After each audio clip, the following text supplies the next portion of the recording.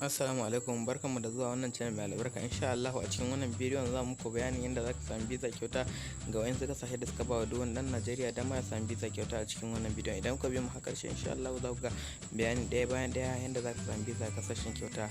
Insha Allah wannan darasi shine darasi na farko wanda zai muku bayani akan yadda zaka yi tafiya kasashen duniya kyauta.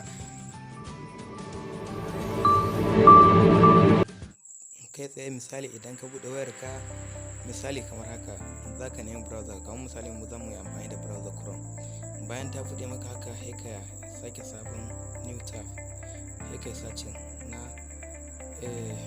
visa free from Nigeria, visa free from Nigeria. Yawa kamar yadda kuka gani haka ya bamu, yawa that is good. Idan ya bude maka kamar haka sai ka sako kasa ka gane da ka rubuta visa countries from Nigeria passport holders misali. Bayan ya bude maka zai bude maka ya kawo kana gurin. To nan gurin insha Allah su ne kasashen da suka bawa duk wani dan Najeriya dama ya sami visa kyauta a kasai. Ga sunan irin su Brothers, irin su Bangladesh, ga sunan na biyu kenan ba, da sauran kasashe dai ga sunan irin su Burkina Faso, ga sunan dai kasashe da dama, irin su Benin Republic, ga sunan kasashe Burundi.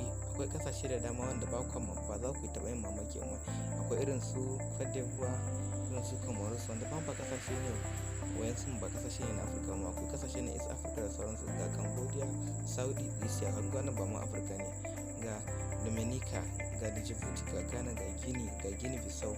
Akwai kasashe da dama wanda sun ba wa ɗan Najeriya da dama ya samu visa a ƙasar kyauta.